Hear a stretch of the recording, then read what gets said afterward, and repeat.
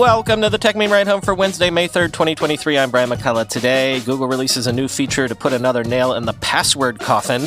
Malware merchants are using generative AI, a deep dive into what blue sky is like right now, the best explainer I've ever seen of quantum computing, and how a Pixies song is breaking Google Assistant and making people miss their wake-up alarms in the morning. Here's what you missed today in the world of tech.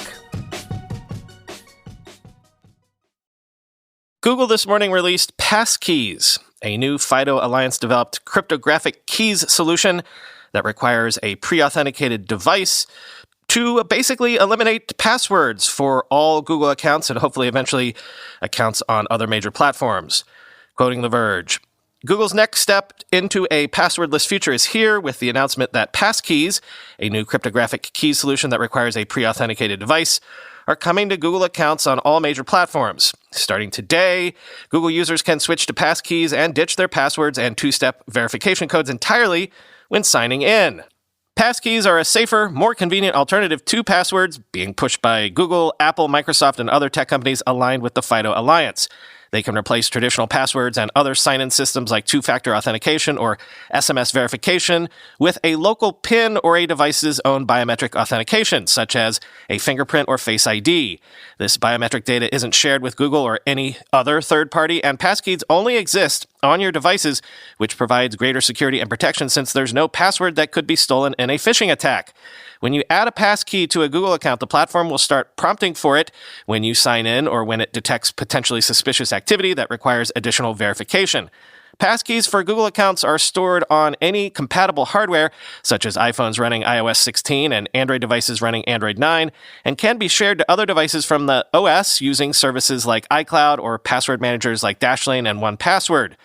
You can still use someone else's device to temporarily gain access to your Google account. Selecting the Use a Passkey from another device option creates a one-time sign-in and won't transfer the passkey over to the new hardware.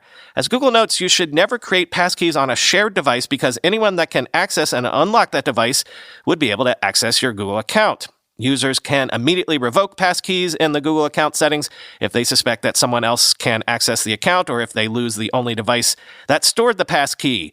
Google says that users enrolled in its Advanced Protection Program, a free service that provides additional security protections against phishing and malicious apps, can choose to use passkeys in lieu of their usual physical security keys.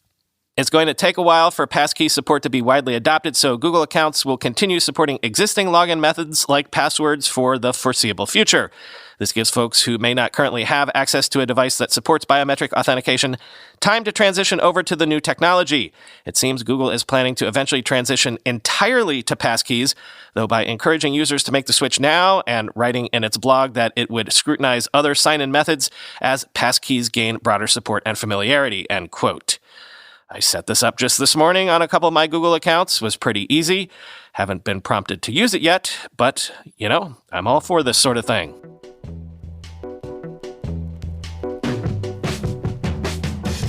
Another day, another one of these. Twitter has restored free API access for verified government or publicly owned services that tweet weather alerts, transportation updates, and emergency notifications. Quoting Engadget. The social media giant outlined a 3-tier pricing strategy for its API in March. Normally, free access is limited to bots and testers that only need to write posts. It allows just 1,500 tweets per month and one app ID, which can be limiting for creators that need frequent updates. Basic access costs $100 per month with fixed caps on tweets, while businesses have to use multiple enterprise-level tiers to meet their needs. These can cost tens of thousands of dollars per month. The shutoff broke numerous apps and services that relied on the free API for sharing and content streams, such as Flipboard's Reader. It also created issues for developers willing to pay for access, including EchoBox. While Twitter had warned that a cutoff was coming at some point, it didn't notify customers of the exact timing and did little to explain the impact. Government services faced extra pain. New York City's Metropolitan Transportation Authority said it would stop posting service alerts on Twitter after it faced a $50,000 per month fee for access. Microsoft also pulled Twitter from its social media tool for advertisers and disabled Twitter screenshot sharing for Windows and Xbox gamers, end quote.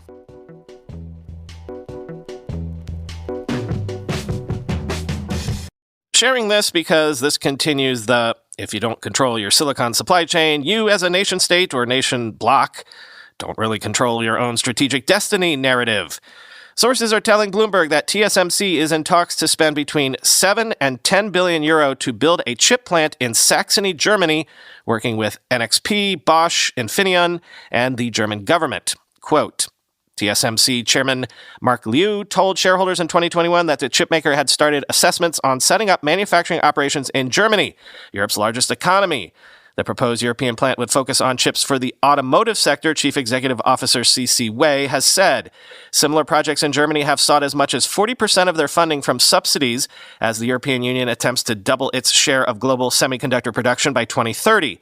In April, the EU passed a 43 billion euro CHIPS Act to boost domestic output after supply chain disruptions during the COVID-19 pandemic and as tensions between the U.S. and China escalate.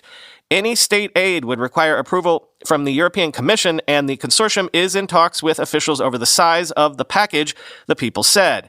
In Japan, where TSMC is spending $8.6 billion with partners to build a plant, it will receive about half of the funding from the government. The facility, which TSMC could approve as soon as August, would focus on producing 28-nanometer chips, according to some of the people. If built, it would be the company's first fab in the EU, end quote.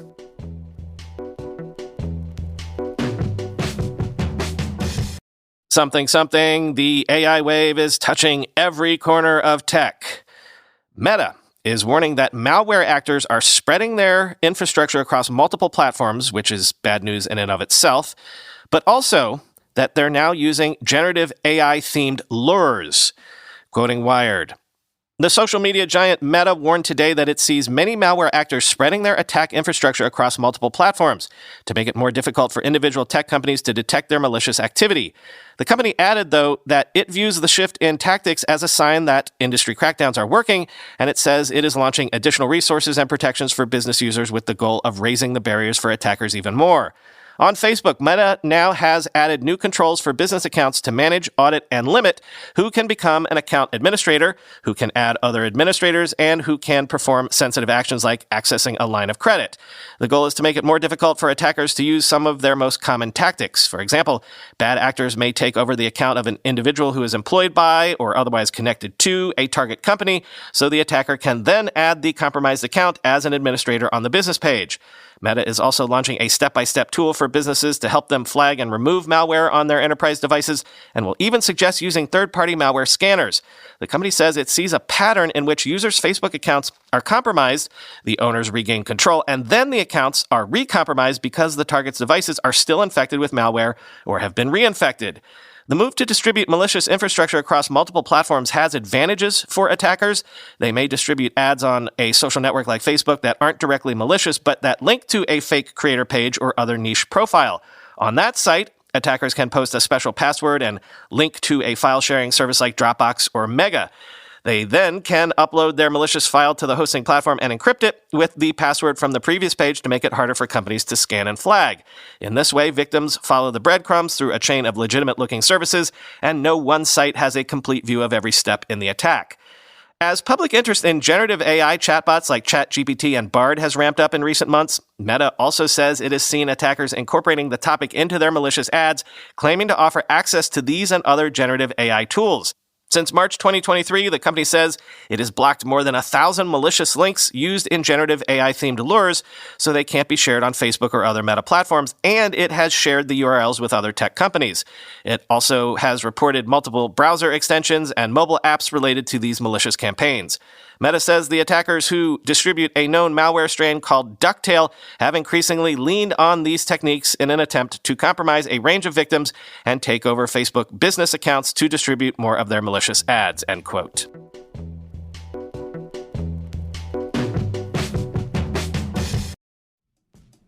Men think losing their hair is inevitable, but not so. Take control of your hair's future with Nutrafol's science-backed hair growth supplement for men.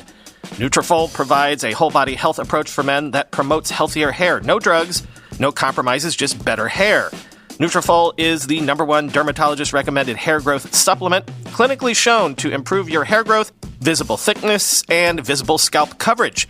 Nutrafol's hair growth supplements use physician-formulated, natural, science-backed ingredients. Nutrafol supports healthy hair growth from within by targeting root causes of thinning, such as stress, hormones, environment, nutrition, lifestyle, and metabolism, through whole-body health. I use Nutrafol. Heck, my wife uses it too. She's a big fan. She complained of thinning hair after giving birth to our kids. Nutrafol is the solution she settled on. Take the first step to visibly thicker, healthier hair. For a limited time, Nutrafol is offering our listeners $10 off your first month's subscription and free shipping when you go to Nutrafol.com/men and enter the promo code RIDE. Find out why over 4,000 healthcare professionals recommend Nutrafol for healthier hair. Nutrafol.com/men, spelled Nutrafol.com/men, and enter promo code RIDE. That's Nutrafol.com/men, promo code RIDE. Oregon State University is proud to be a sponsor of the Techmeme Ride Home. Did you know Oregon State is ranked as the number 3 best university in the country for solving climate change? More than 70 faculty across the university teach or conduct research in this field, from the science behind climate change to mitigation and adaptation solutions. The climate science program is built on a strong foundation of physical climate system science and mathematics. You can learn alongside your classmates through field courses and project-focused classes on climate data modeling and analysis. Oregon State makes seeking solutions a priority, going the farthest lengths to help the Earth and all living things thrive. Their creative minds, research knowledge, and drive inspire them to generate ideas no one else has. Oregon State will never stop doing the hard work. They will continue exploring, creating, and taking action on the issues that matter most to their students and their community, and build a better world for future generations. Discover more at OregonState.edu. That's OregonState.edu. Been waiting for someone to post a good summary of what I've been seeing on Blue Sky over the last week, and this one from Sarah Jeong at The Verge sums it up nicely, I think. Quote, "Early last week, barely anyone had heard of Blue Sky. On Wednesday, it was just one of many alternatives vying for attention as users grow increasingly dissatisfied with how the new regime is running Twitter.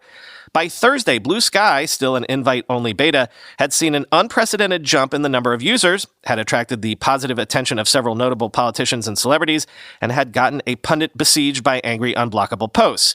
What's happening on Blue Sky isn't a secret. Screen caps of its madcap, exuberant weekend are all over Twitter. But an invite is necessary to really experience the pandemonium. The question, what's it really like over there, is essentially what is driving user growth. From inside these garden walls, among the 55,000 users, I can tell you it's absolutely wild. Yet within the madness, there's an ongoing, increasingly weird struggle to establish norms, boundaries, and general vibes. Also a lot of naked butts. In the midst of the chaos on Thursday, the CEO took a moment to beg people to stop calling posts skeets, a putative amalgam of sky and tweet, but really mostly a slangy reference to seminal emissions. The interface itself only refers to posts as posts. Unfortunately, this plea from on high only provoked users, many of whom were from the most recent influx of Twitter refugees, to insist that posts were definitely skeets. By Monday, CNN anchor Jake Tapper would ask his guests to respond to a statement made by Senator Brian Schatz, the first but not only U.S. Senator on Blue Sky. Senator Brian Schatz just skeeted on Blue Sky, said Tapper live on air before reading the skeet out loud. In the midst of this meteoric rise, the relatively small team at Blue Sky has been grappling with an endless series of problems, some of which are extremely niche. Garrulous AI accounts that make threads of replies run so long that the app or website will error out, and some of which are extremely predictable, people constantly posting their butts.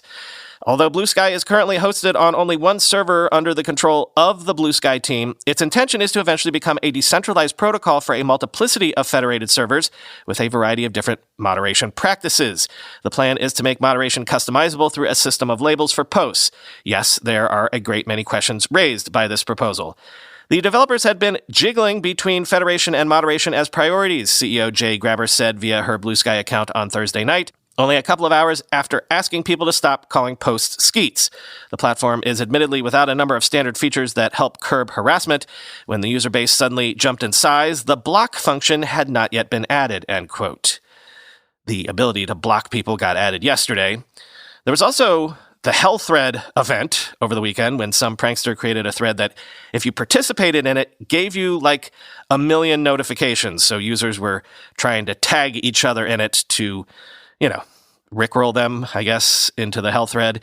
Read the whole piece for a sense of what Blue Sky is like right now. No, I do not have any invites yet because I only got on there last Monday.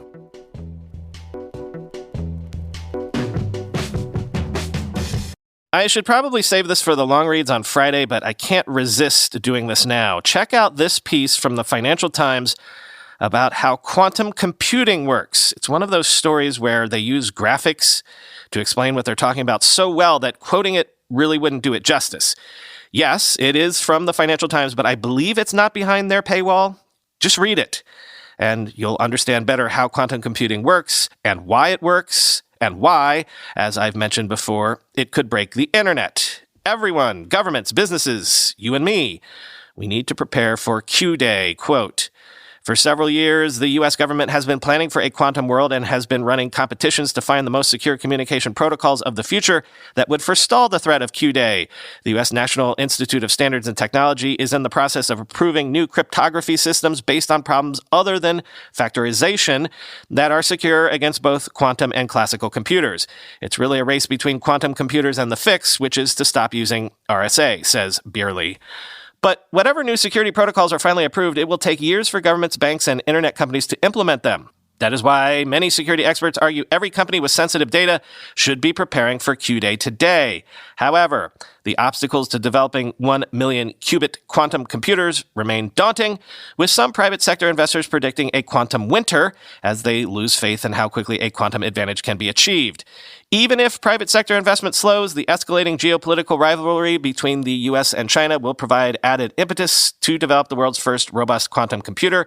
Neither Washington nor Beijing wants to come second in that particular race, end quote.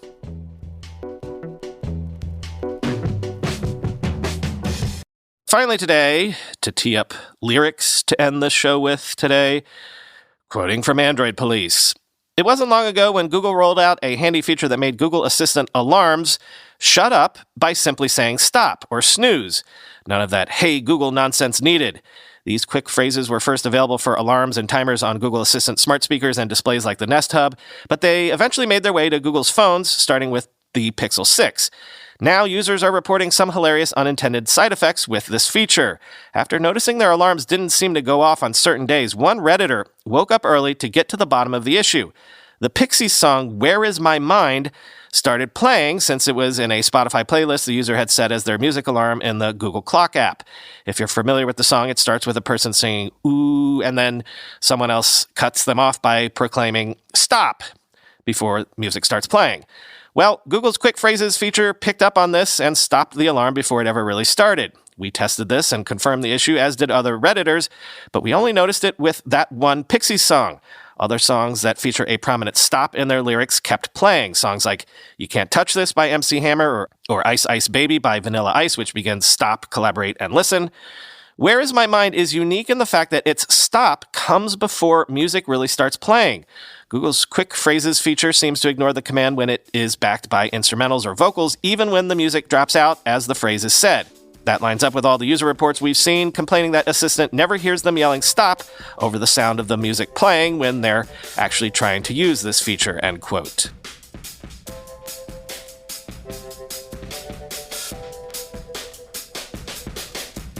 You know, actually a lot of Pixies songs start with a shout that way. Songs like "Hey," where Frank starts by saying, "Hey, been trying to meet you. Hey, must be a devil between us, blah, blah, blah." Maybe "Hey" triggers "Hey Google" as well. You probably already know "Where Is My Mind," but if you're not familiar with the song Hey, get on that. Search "Hey" by the Pixies. Good song. Talk to you tomorrow.